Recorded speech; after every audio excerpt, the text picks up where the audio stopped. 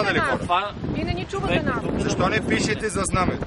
Ама вие трябва да го напишете. Добре, а защо не отразите посягането срещу нашата колежка? Поседнаха срещу нея. Има го записано. Искаме да ви покажем. Ама не, има свидетели. Имаме свидетели. Ама има свидетели, господин. Има свидетели, отивате в Дайте да напишеме тук пред нас. Ето страши Фандъкова, се оберете да идва Фандъкова тук.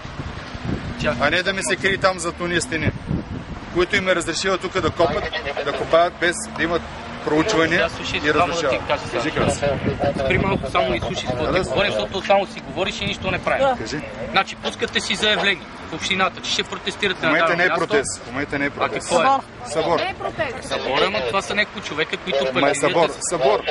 Добре, Не сме се организирали. Не сме се организирали. Ма не сме се. Краси.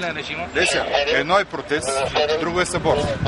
Има разлика. Нали, искам да ви помогна, така че да не бъдете задържани. Не могат да не задържат, тук не могат да Като задържат. нарушавате обществения ред, ще ви задържат. Не нарушаваме обществения ред. Добре. Окей, аз ти обясних. Какво ви пречи на вас? Едно уведомление да пустите, аз ви разрешавам навсекъде. Където искате. Така е, така. Искате тук, искате от другата страна. Ние това го разбрахме с нощи, господин. С нощи го разбрахме в Окей, мога пак да си пускате. 12 часа преди това може, той знае. Нали така? Да. Ама те сега ги изнасят, ние не знам кога да... Тогава имаш и съгласувателно, имаш си място, колко часа се провежда. Не, тук се събрахме, тук ние не се поставяме. Хората... Ама защо трябва да влизате в конфликт? Нали искате да не влизаме.